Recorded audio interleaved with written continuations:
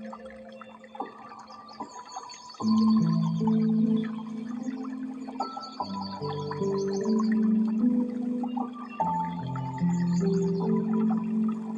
me vengan con hipocresía. Jorge Eliezer Gaitán nació en Bogotá en 1903.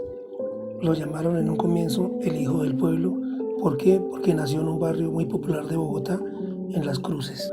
Su padre, Eliezer, un librero.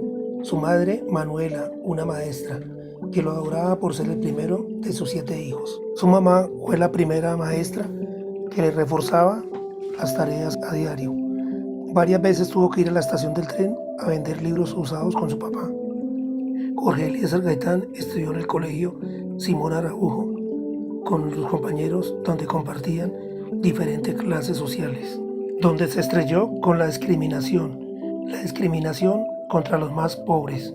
Luego, terminado su bachillerato, entró a estudiar Derecho en la Universidad Nacional, donde trabajaba a medio tiempo, algo raro para esa época. A punta de aguapanela con pan, estudiaba muy juicioso y a la luz del alumbrado público hacía juicioso sus tareas, ya que en su casa no contaba con luz.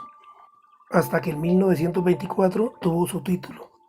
Buscó una oficina donde trabajaba con los escritorios alquilados y pagaba a 2 pesos por día.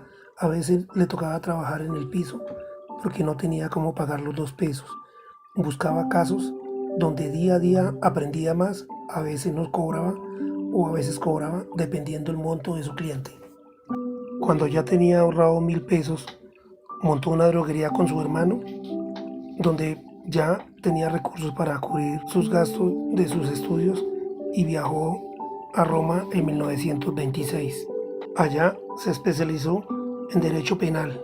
Gracias a su tesis se ganó el premio Ferri y viajó por todo el mundo. Al llegar a Barranquilla se enteró de las masacres bananeras. Investigó hasta que llevó esa investigación con pruebas a la Cámara de Representantes y esto contribuyó a la caída del régimen conservador.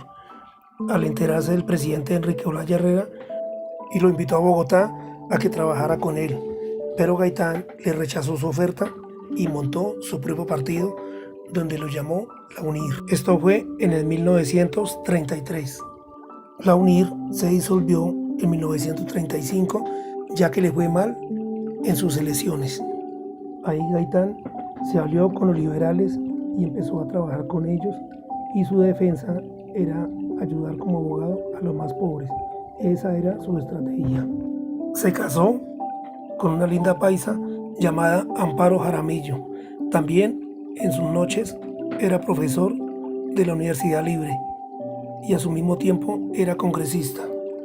En el 1936 fue elegido alcalde de Bogotá por el gobernador de Cundinamarca. En ese entonces se podían elegir los mandatarios así. Luego, como ministro de Trabajo, hizo muchas cosas buenas. Le bajó al transporte público y a los taxis de Bogotá, también zapatos gratis para todos los estudiantes y almuerzos escolares.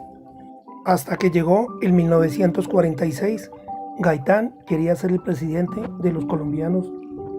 Ahí fue donde se volvió el caudillo del pueblo, porque decía las cosas como son.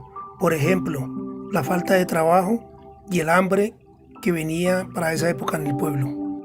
No había duda que Gaitán sería el presidente de 1950 a 1954. A usted lo van a matar, le decía uno de sus colaboradores, y Gaitán les decía: a mí nadie me mata porque el pueblo es mi seguidor. Señor presidente, apenas os pedimos que nuestra patria no siga por caminos que nos avergüenzan ante los propios y extraños.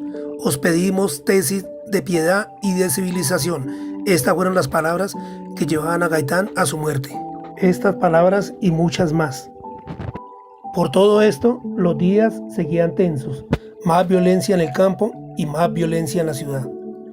Mientras tanto, Gloria, hija del caudillo, venía sufriendo su propio calvario en el colegio, donde una de ellas, prima del expresidente Samper, le decía: ojalá su papá se muera. Mientras el diario conservador El Pacífico publicaba: Gaitán está en trance de muerte. El 9 de abril, un viernes, Gaitán bajaba las escaleras para dirigirse a almorzar. Era la 1:05 de la tarde. Ahí se apareció el señor Roa y le disparó 3 tiros en la espalda. El gobierno, como acto de buena fe, declaró la casa de Gaitán como patrimonio nacional y su cuerpo fue enterrado en la sala de su casa, donde aún permanece ahí. Ese día todo el pueblo se rebotó, ahí fue donde nació el Bogotazo. Y así llegamos al final de esta historia. Este trabajo fue realizado por José Escobar.